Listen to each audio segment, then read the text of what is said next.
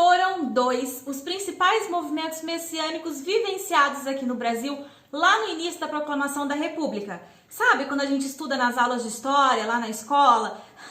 Que saudade das aulas de história, não é mesmo? Quando o professor explica sobre Sertão Baiano, Arraial de Canudos, Antônio Conselheiro e também Guerra do Contestado na região ali de Paraná, Santa Catarina, com o líder José Maria.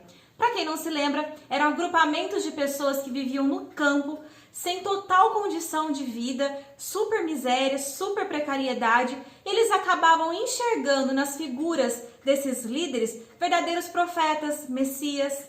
O problema é que essas vidas foram massacradas porque elas viviam num contexto de muita violência e de fanatismo religioso. E se eu contar para vocês que aqui em Barretos nós também tivemos um desses líderes messiânicos que atraiu centenas de seguidores, ficou muito conhecido a ponto de ter o seu rosto e o seu destino estampados em jornais e revistas das capitais de São Paulo e do Rio de Janeiro. Vamos conhecer essa história? Chamava-se Francisco Miotti, conhecido como Santo de Barretos, o Santo Homem, ou ainda São Francisco de Assis, porque ele possuía um aspecto totalmente popular, um dialeto que misturava o português com um certo italiano, tinha as suas vestimentas e todo o seu comportamento muito parecido com os líderes messiânicos da época, como o próprio Antônio Conselheiro, possuía ternos amassados, cabelos e barbas desalinhados e longos, trajava sempre seus pertences em pequenas trouxas nos ombros. Chico Miotti também era conhecido dessa forma. Chegou em Barretos em maio de 1911 e não demorou muito para conseguir centenas de seguidores. Ele atuava e perambulava em fazendas da região aqui de Barretos e também de Olímpia, que ainda não era um município independente, pertencia à comarca de Barretos. Nessas fazendas, as pessoas começaram a segui-lo porque ele praticava alguma espécie de culto que misturava um pouco de catolicismo com rezas particulares, com algumas orações, mas também porque ele dizia curar as pessoas de doenças. Para isso, usava palha de milho, cera e possuía também alguns rituais. Os números de seguidores, segundo as fontes históricas, alternam entre 500, 800 e até mesmo 1000 pessoas chegaram a ser seguidoras de Chico Miotti. Isso atraiu reportagem na revista O Malho, lá do Rio de Janeiro. Um homem de Barretos enviou uma reportagem, ironizando, colocando a fotografia de Chico Miotti, nessa reportagem, com o título de Mais um Santo, e lá no final ele atentava para esse perigo dos seguidores, dizendo: é constante a romaria que de diversos pontos vem receber as divinas graças do santo, que afinal não é mais o que mostra a fotografia, um pobre desequilibrado. Com o passar dos meses daquele distante ano de 1911, Chico Miotti cada vez agregava mais e mais seguidores. Mas eles variavam na sua composição.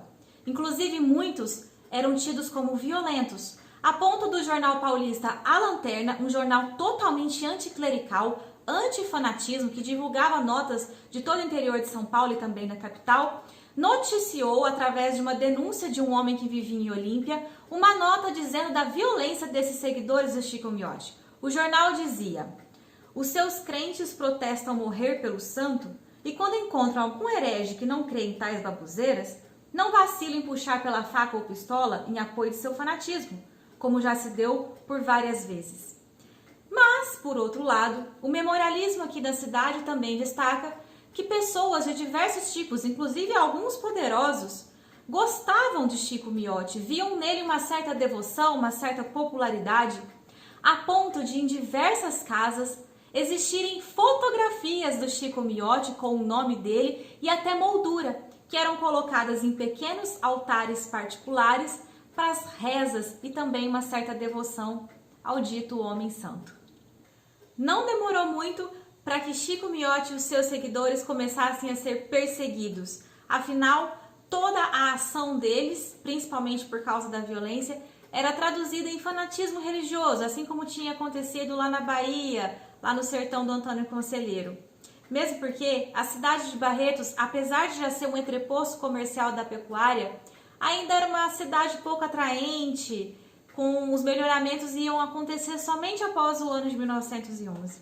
A polícia local logo capturou Chico Miotti e o submeteu a alguns exames médicos, onde foi constatada uma certa intervenção psiquiátrica, ou seja, ele foi tido como louco. Daí, o governo do estado de São Paulo logo enviou um destacamento policial que tinha a missão de aprisionar Chico Miotti.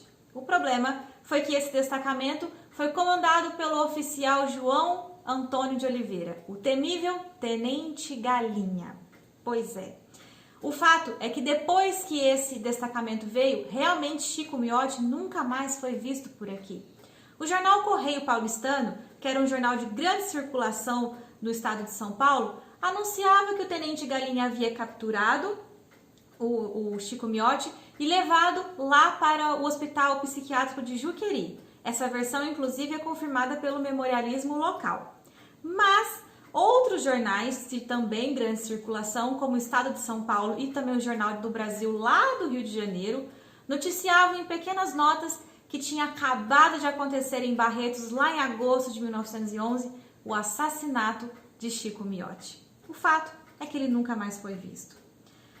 Essa diferença de notas, de versões, insinua pra gente que pode ter acontecido um certo confronto entre o destacamento policial do Tenente Galinha e os seguidores do Chico Miotti. Afinal de contas, eles eram muito devotos e alguns até violentos, como a gente viu. Mas, independente do destino de Chico Miotti, se ele foi para o hospital ou se ele foi assassinado, o que a gente precisa refletir sobre isso é como a nossa cidade faz parte da história do Brasil, não é mesmo?